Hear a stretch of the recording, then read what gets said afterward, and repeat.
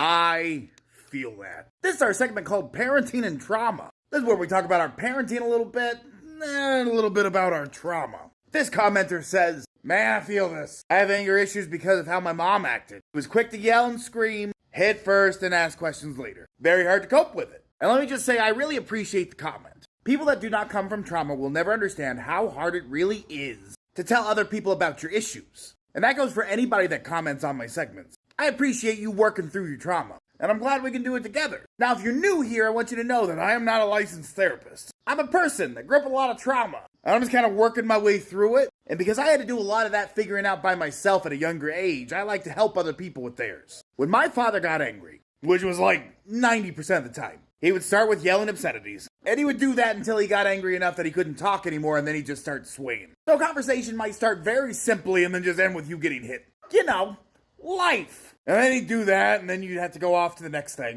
Now, when I said conversation, it really wasn't like a, "Hey, you're doing bad things. Oh, I'm sorry." It'd be more like, "You're an effing moron." And then what?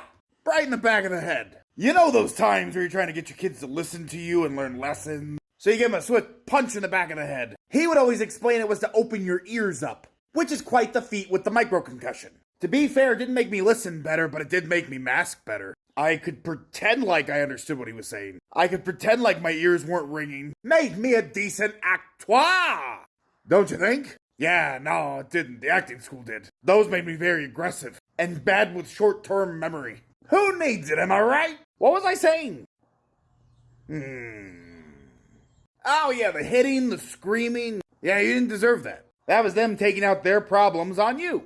Honestly, it had nothing to do with you. I always figure that's why the boomer parents now say, like, what abuse? And they suck for that. And their parents sucked for hurting them the way they did. Their parents sucked for hurting them the way they did. And the ones before that were raised by wolves or something. I don't know. That's too far back. Like, if you stopped and listened to old German folk tales, those were tales that people told their children. And let me tell you the story of Hans, my hedgehog. Gather round, dear children. A wealthy but childless farmer wishes he had a child, even und hedgehog. He comes home to his wife who has und given birth. Also, the baby is a hedgehog from the west up. They name him Hans the Hedgehog. And after 8 years, Hans leaves his family, riding on his favorite rooster to seek his fortune. And then the king finds himself lost in the forest, where he finds a castle of a hedgehog man. It is Hans! Hans welcomes the king in. And Hans says he will tell the king how to find his way home. But he wants daughter. And Hans and the daughter get married. And then on the wedding night, he has das king throw his skin in the fire. And once Hans leaves and comes back, he is black with soot. He is unclean and pretty man underneath.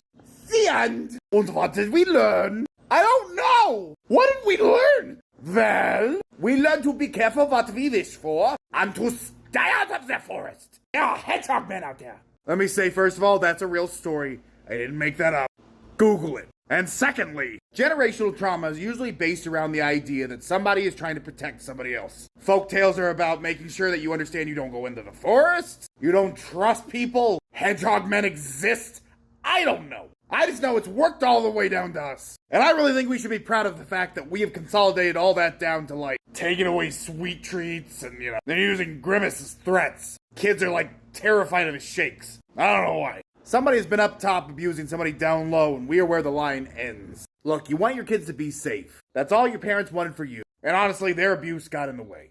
Teach your kids to be good people, not robots that listen to everything you tell them. Do better. And if nobody's told you today, you're doing a great job. Don't let anybody else tell you otherwise. Und sleep tight. Mwah.